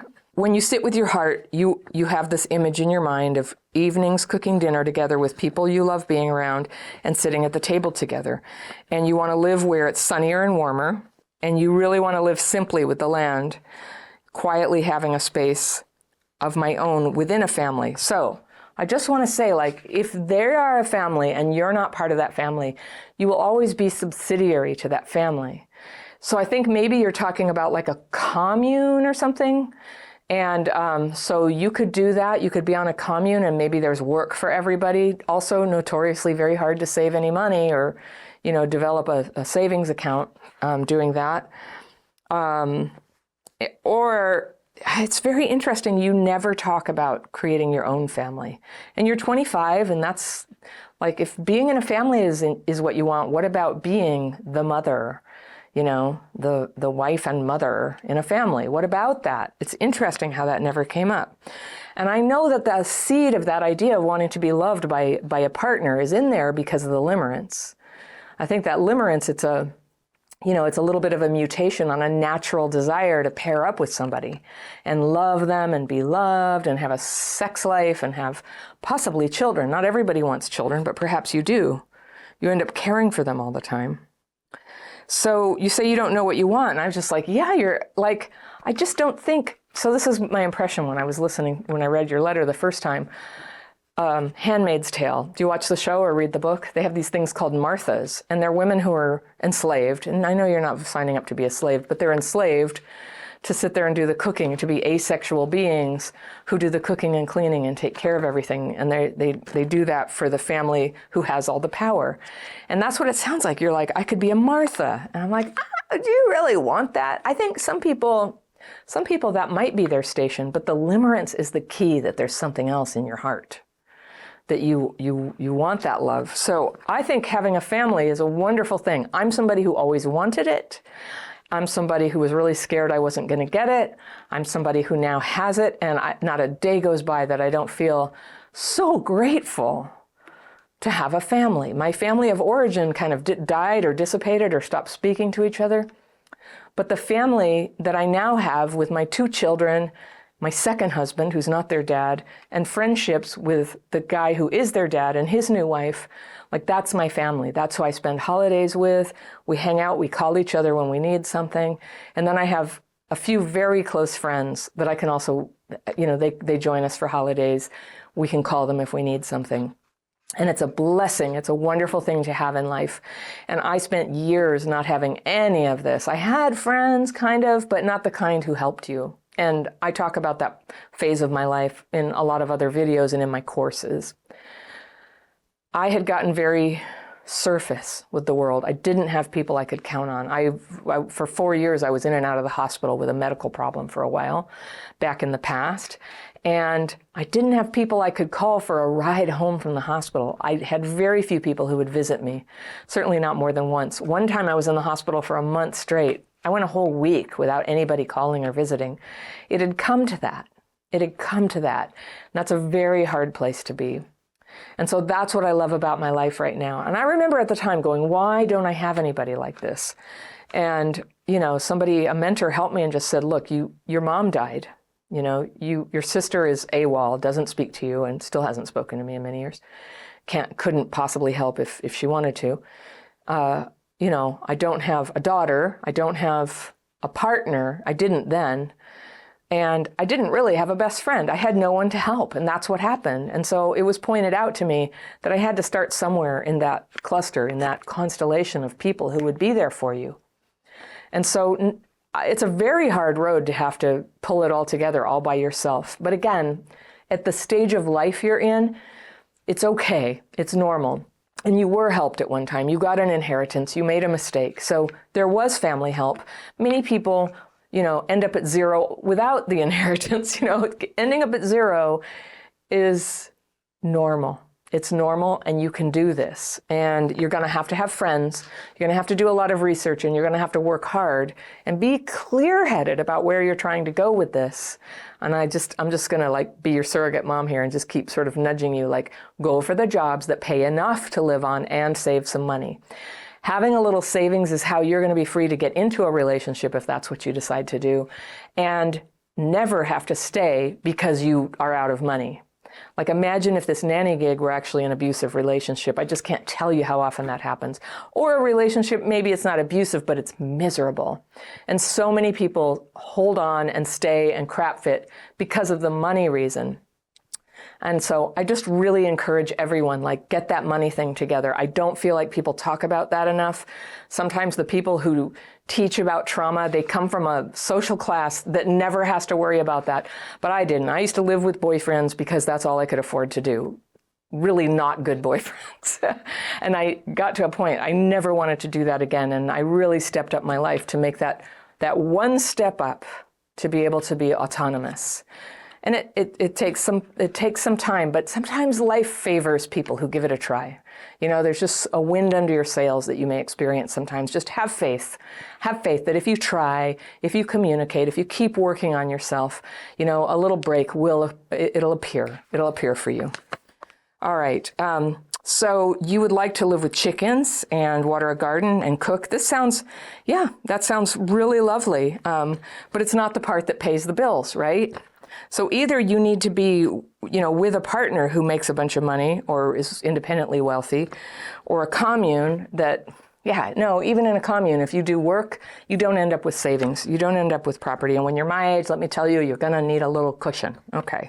What are you supposed to do? You say you're caring for yourself right now. Yes, but I want to be cared for. All right. So a rented family, a borrowed family, that's not how you get cared for. In the constellation I talked about, there's parents, and right now they cannot be there for you, and probably never, from what you're saying. Okay, you have one friend now, you have one daily practice buddy, very precious, good, but I'm not sure you can go live with those people or anything, and you don't have a partner. I would say, unless you're very committed to being single all your life, let's focus on money and partner. First money, then partner. And you can date in a healthy way. You can do that. Even if you were limerent before, you're going to have a lot more strength against your limerence if and when your life is fun and you have joy. Limerence hits hard on people whose lives are not fun, are not fulfilling, are not full of love. And that's why it's happening to you right now. So the next move is fun, love, friends, money. Then you're in a position to start creating something wonderful in your life. People who survive terrible trauma in childhood are such miracles. And it's hard sometimes for me to read the letters that I receive from people who are working on their lives, even though, by all accounts, their childhood trauma, when I read what actually happened to them, could have ruined their lives.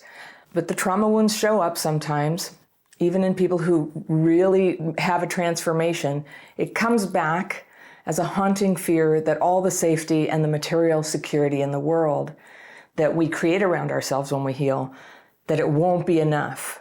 There's this fear that it will get taken away. So my letter today is from a man who is one of those people. He built a great life after growing up scared every day. And now it's back, that feeling that everything's going to be lost. So I'm going to share the letter. I call him Mark. And he writes, "Hi, Anna. This is my second or third attempt at writing this letter. In short, I'm 29 years old. I moved out at 17 because my mother had a really bad drinking problem. My parents divorced when I was 2 and my sister was 4, ironically because of my father's drinking problem.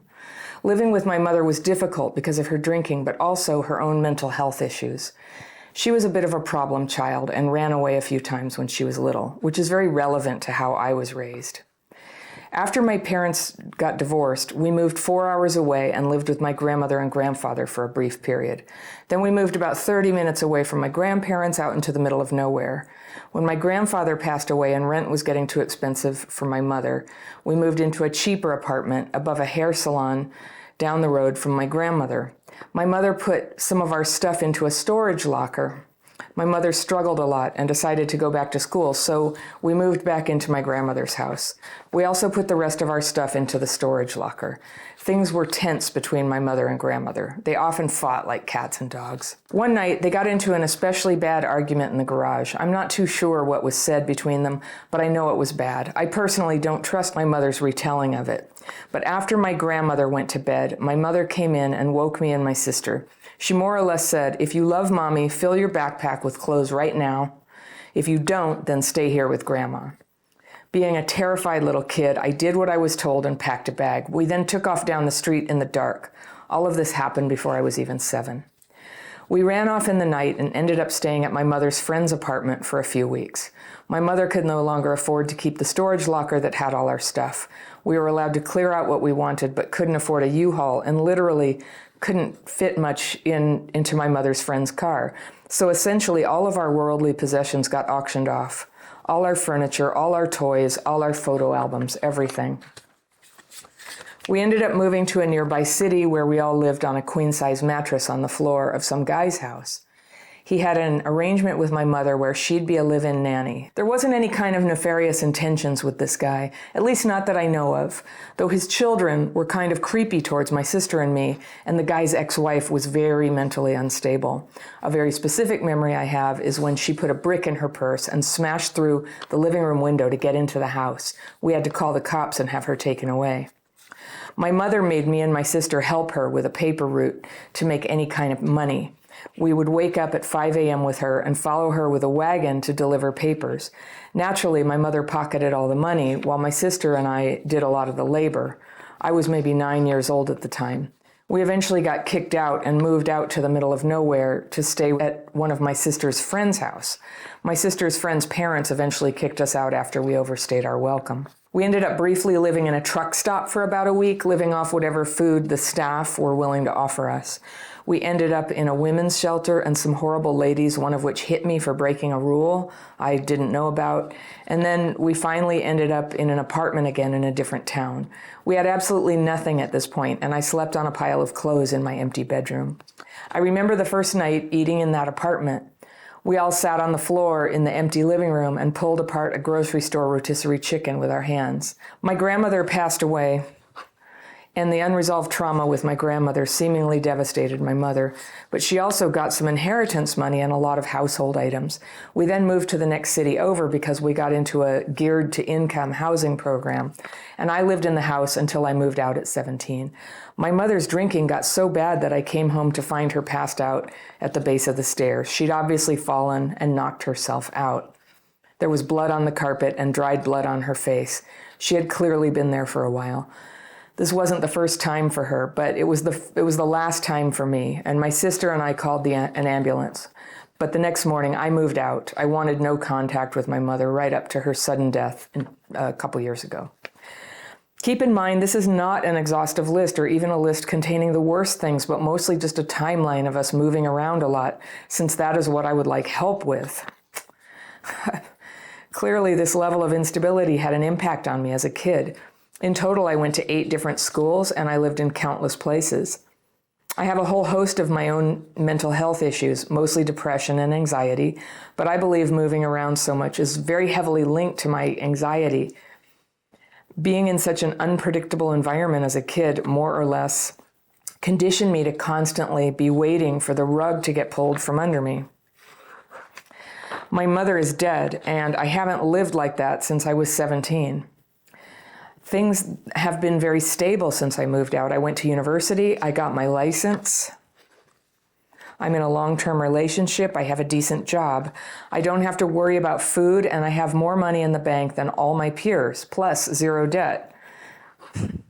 Truly, I'm doing well for myself, all things considered, but there's always this little voice in my head telling me that my life is just a house of cards, and a simple breeze will send me right back to sleeping on a pile of clothes or living on a stranger's couch. It feels like I'm always waiting in attack mode, and I can never truly relax or enjoy my life.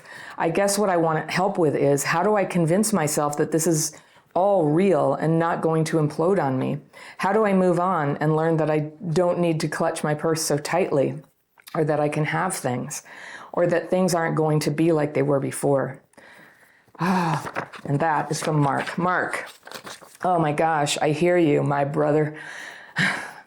Parental alcoholism is a bear, and it sounds like your mom also had, as you said, mental health stuff going on. And this is quite the chronicle of instability, and I believe you that this is just a fraction of what happened. What you're talking about, there's a word for it. It's hypervigilance. Hypervigilance is a really common trauma reaction that comes from having to grow up being very vigilant that everything's about to be taken away and you don't know where you're going to be staying. You don't know if violence is going to break out. You don't know if there's going to be food.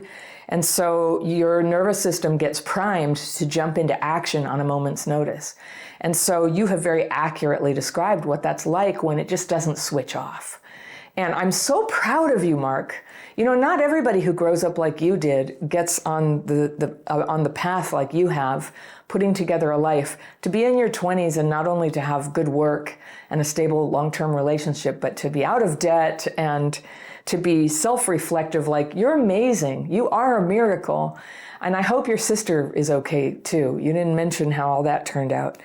It's a very big deal to grow up like you did. And you obviously have a lot of strength.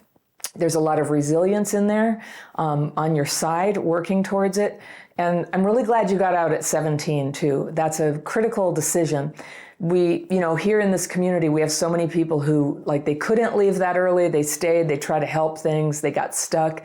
And the damage continues. When we talk about childhood trauma, it doesn't just the clock doesn't just stop at high school graduation. It just goes on and on and on. And the longer we stay in a traumatizing situation, the longer we're sort of going into, in your case, hypervigilance, but in a lot of people, a lot of the maladaptations of going into sort of a fantasy land of imagining that everything's okay when it's not okay, or getting into self-destructive behaviors themselves. All of these are just totally normal for traumatized people. As somebody like you who kind of got into hypervigilance, and for me, it was more like overfunctioning and then, a whole bunch of problems around relationships. Compared to some of my other siblings, I was lucky. I was lucky because at least my coping mechanism puts money in the bank. At least my coping mechanism tends to keep you employed. And so, on the scale of terrible consequences of trauma, at least some things have that upside. You were homeless a lot, and we don't talk about this enough. But the homelessness and the incredible poverty, I can just imagine what you had to eat, or the stuff nights you went hungry. We had a little bit of that, in my family too, and then we didn't, and then we did, and it's been years for me to stop overbuying food. I would just always have a basement full of food, shelves full of food, way too much. And it's not even a conscious thought of we might starve to death. A little bit during the pandemic, maybe I was thinking, we should have a stockpile. But that's not really it. That's not really what it was. It It's just a hypervigilance that's always there, worrying about having enough food. And it leads to like weirdness around food. So it's a lifetime of healing around some of these subtle signs. And if you end up finding some of your subtle stuff later in your life, don't even worry, hun. You're just like everybody. It's normal. It's a normal sign that you lived through terrible things as you have. But you have enough going for you that whatever it is that's coming up in this, like right now, it's this anxiety all the time that you're going to lose everything. Man, that is so rational considering what you went through. So your nervous system needs to be brought into present time. It's just still kind of reacting retroactively to what you went through. And, you know, we are so lucky that we're born in this day and age when finally there's knowledge and research and, you know, science around why do we do that? And people can stop psychologizing it. And so that's what I encourage you to do, is read a little bit about the neurology of hypervigilance, that it's not all psychological. And a lot of what you've been told is like, yeah, you know, I got that too. You're trying to recreate your childhood, or there's a lot of psychological reasoning around everything that happens. But when you hit a wall and you're healing, like, you know that, you know, you're being kind of intense about worrying that everything's going to be taken away. You know it's not right, but you can't stop. Whenever any trauma symptom is like that, where you're doing the rational things, you're talking to yourself, you're maybe availing yourself of books and therapy, but it doesn't budge it, it's probably neurological. It's probably how you're, you know, the pattern that you've gone into. And neurology is a mysterious void, right? We can't really see what's going on inside our brain and nervous system, but there are a lot of times when we can feel what's going on in there. And so the feeling of peace and confidence is a feeling that you can recognize. And so I encourage you to test out some of the things that other people have tried to calm their nervous system. And there are somatic methods of really focusing on the body. There are more cognitive type things like cognitive behavior therapy and talk therapy, if that works for you. Somebody like me, like the minute I'm talking about trauma, it tends to dysregulate me. So it's a really hard way for me to process those problems. But writing works for me. That's why I'm always here talking about my written technique of the daily practice. If you want to take that, it's always linked down in the description section below all my videos. So you could take that, and that is a nervous system calming technique, dealing with the anxious thoughts and emotions, you know, naming them, just going, whatever's coming up right now, you name it, you write it, and then there's a process of release that's very specific. I encourage everyone to take the course because you get very different results if you just sort of try to wing it based on what I'm saying in a video. There's a course, there's a PDF, there's a whole bunch of FAQs. And one of the most important things you can do, I don't know where you are with this, but physical exercise is using your body and exercising outdoors if you can, even if the weather's bad, but letting your nervous system be out there, moving around, interacting with the environment. Nature is nice, but so is an urban setting. Like, nature's extra nice. But just being outside, seeing the sun, and if you're walking, taking a brisk walk, or even running if you can, your whole nervous system is interacting with like space, surfaces, balance. And it loves that. It wants to be given a little run. It wants to be given a little exercise. And it's a good way that you can reset your nervous system. So that's my hypothesis. You're in hypervigilance. Most other things are working well, and your nervous system needs your attention right now. So there's a lot of great providers out there and courses and programs that you can do. You know, definitely come into my program. I have a lot of stuff that's self-healing, but there are also experts who know about this, both online and in person. And I would just encourage you, practically every therapist says they deal with PTSD and trauma, but you need to ask more specific questions and ask them, what do you do about hypervigilance? Or what do you know about trauma? And what do you know about some of the researchers and the thought leaders around hypervigilance who do that?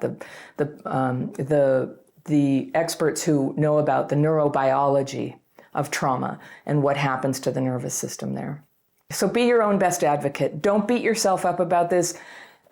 If you have any idea that you're broken or hopeless, like, just let that go. You know, it's coming from me to you. You're not broken at all. You have a common symptom.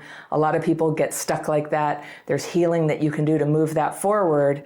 And then everything gets easier. When your nervous system is kind of working with you rather than kind of clunking along with a flat tire, like a lot of us after childhood trauma, a lot gets easier. Your health gets better, your ability to focus gets better, and just that sense of peace and calm.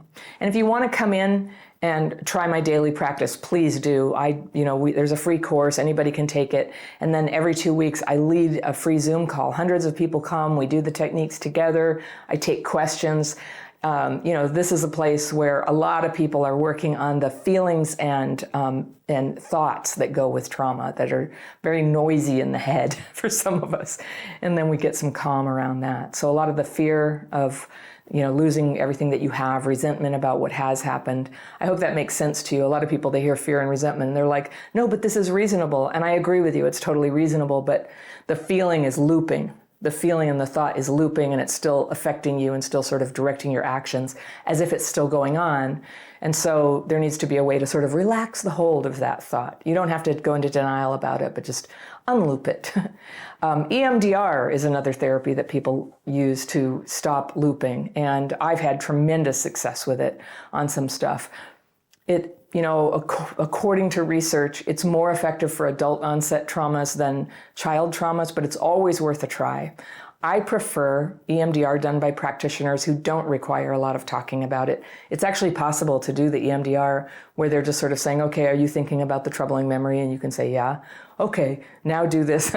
And you don't have to tell them the troubling memory. Like that, for somebody like me who gets dysregulated because of talking about troubling memories, that is so much better. So different people are different. And that's why you must be, the person who leads this. You're sovereign over your healing, and then consulting with people. And you consulted with me by sending in this letter. And thank you. I'm honored by the question. And I hope the answer has been helpful to people. Hypervigilance is tough, and it takes a number of forms too. And I think hypervigilance takes an emotional form sometimes that people are going to leave all the time. And that's a brutal one. That's very hard on relationships. When you do something that makes you feel ashamed and scared of getting caught, yes, you might get away with it, but the real problem is the way it grinds you down. Your self-esteem, your sense of integrity, your ability to walk through your life standing tall, looking people in the eye, feeling confident when you speak up for yourself in the event that you've been wronged. This is huge for a lot of people with childhood PTSD. You can lose all that good stuff. Maybe you learned growing up to use dodgy behavior around laws and money, and you thought the world wasn't fair or owed you a break. That's common. Or maybe serious hardship pressed you to do whatever you thought you had to do to get by, earning money illegally or avoiding responsibility for debts. But either way, if your time has come to recover from all the trauma that brought you to this point, a really good thing to do is to face these problems and to get to work solving them. My letter today is from a woman I'll call Kate, and she writes, "Dear Anna, I want to ask you a few questions out of sheer terror and desperation for my situation. You're so far the only complex trauma expert mentioning one area of developmental trauma fallout, and that is illegal activity surrounding taxes and other financial issues. I have done these illegal things with finances out of a deep survival instinct surrounding lifelong poverty, plus financial illiteracy, possibly dyscalculia, and impulsivity." Okay, I'm circling with my pencil, and these are things I'll come back to. I'm going to read your letter all the way through. I'll come back to talk about things I circled.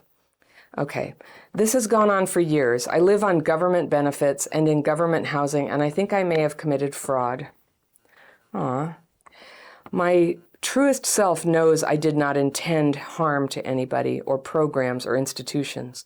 My life is small and quiet. My money goes to basics now. I've curbed a ton of impulsive spending habits. Good. And my truest self knows also I did these things because I truly didn't understand the repercussions. Definitely operating out of dissociation, extreme executive dysfunction, undiagnosed and many diagnosed difficulties. Okay.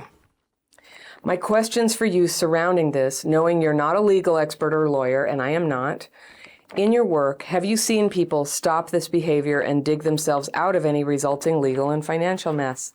I have great news for you. Do you recommend going to legal aid for advice? I've not yet been warned or charged, but could be at any moment for years past and for this year too. Truly, I've been in such a state of freeze about the situation for too many years to even know where to begin.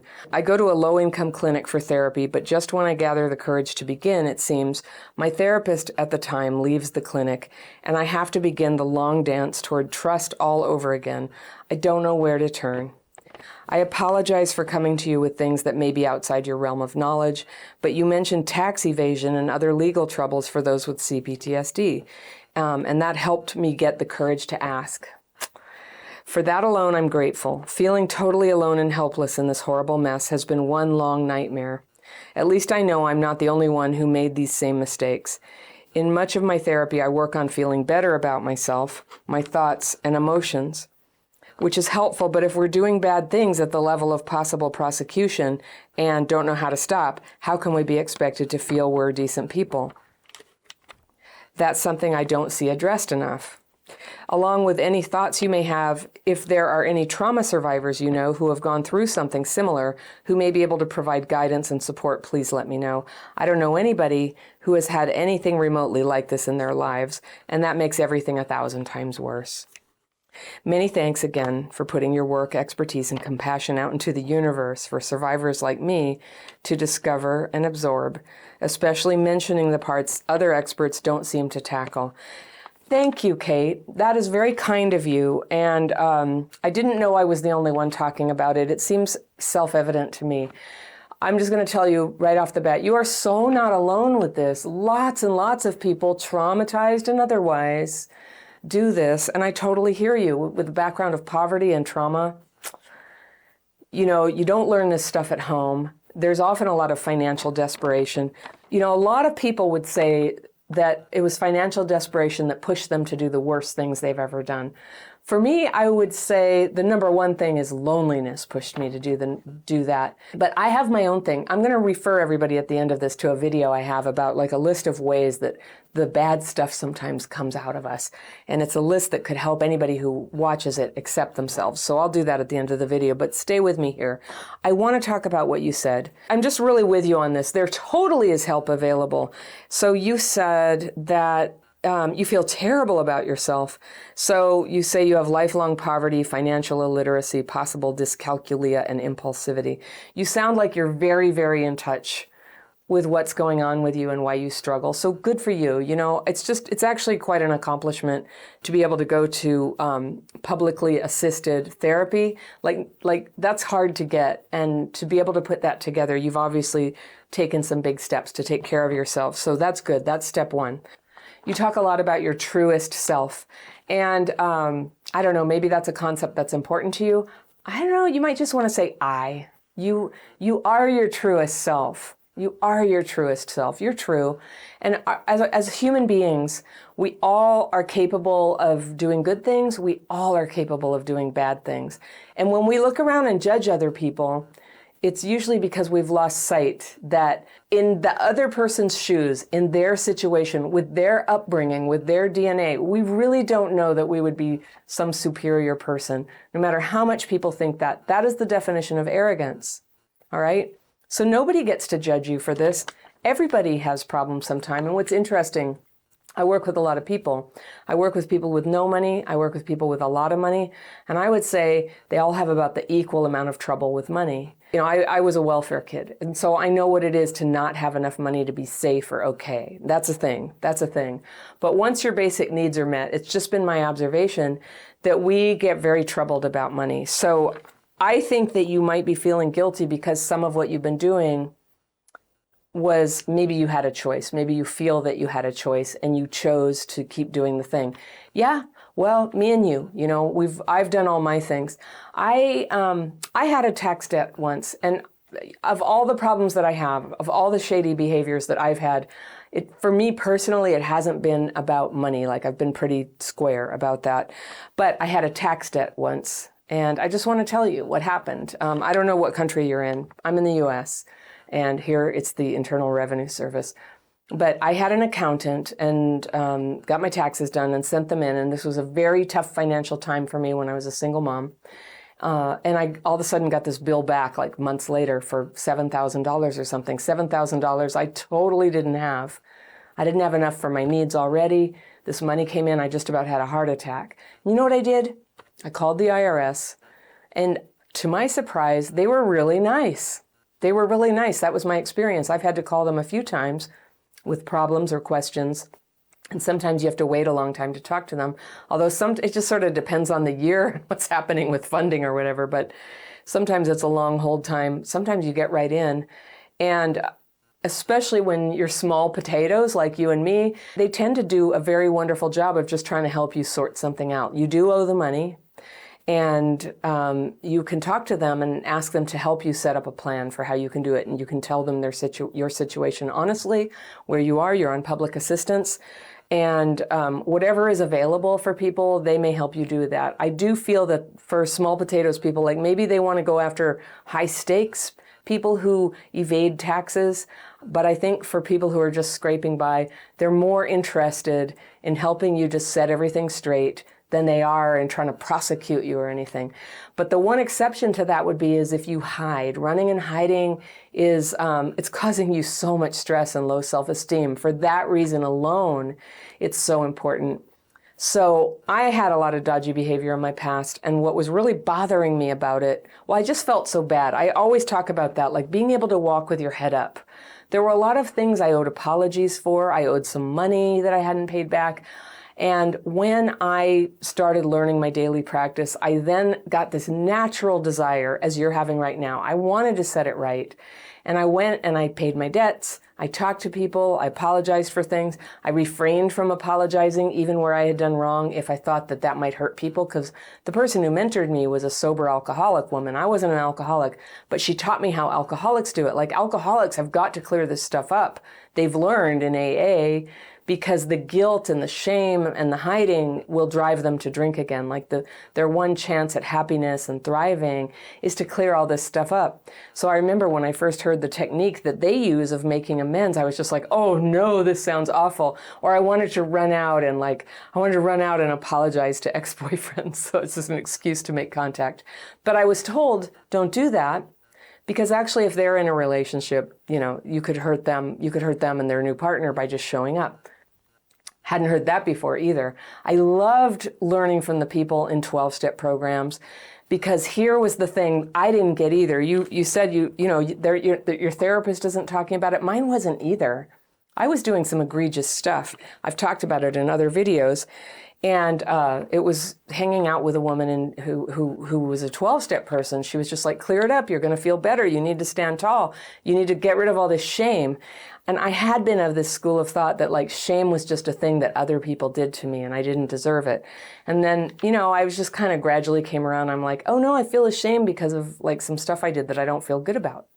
So it's good. It's just kind of like, it means your conscience is actually alive and well and speaking with you. That's a good thing. That's a good thing. You say you have illegal stuff. You mentioned taxes. If it's other things like, I don't know, embezzlement or theft, that could be serious. Here's what I recommend you do. The 12-step program, I haven't been, but I know really terrific people who have thrived there. It's called Debtors Anonymous, DA. And I think you can Google it and you can find meetings online or in your community. 12-step fellowships, they're free. I think you put $1 or $2 in the basket. You don't have to. That's just customary what they do. And that's a place where people get together to solve these problems and get support from each other. And they meet regularly. I've known people who did it, and they had, they called them accountability groups. I think it's a beautiful model.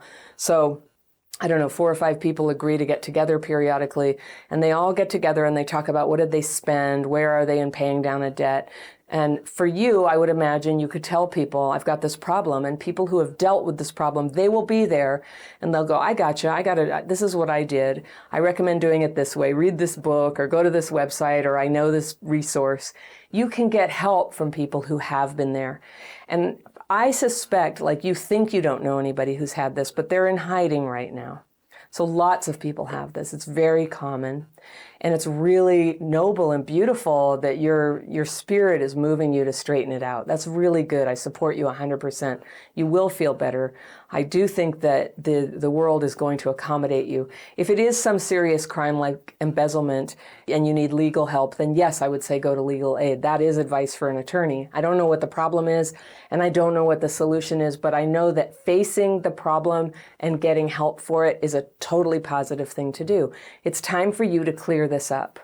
And the world tends to respond well to people who show up proactively to solve their problems. I think it's going to be better than you think. It's going to be a lot easier on you than all the shame and terror that you've been going through. Terror and desperation, you said. So I hope that helps you. If anybody's interested in this, debting and dishonest behavior around money is just one aspect of self-defeating behavior. Self-defeating behavior, we all have it in complex PTSD. This is my radical philosophy that you don't get everywhere. I think it's about dysregulation, disconnection from people, and self-defeating behavior. It's those three things. Those are the three arenas of life where CPTSD plays out. They all get triggered. It goes round and round. If you can change one thing in that circle, you can start to change your CPTSD symptoms and change your life. So for you right now, the thing presenting to your consciousness is, I got to straighten out this tax thing and whatever else this may be. Go for it. Go for it. That would be taking on a self-defeating behavior. You're going to feel so good about yourself. And I think you're going to find it has a healing effect on other things like your tendency to disconnect from people and not relate to them or feel like you're all alone. It's going to have good effects.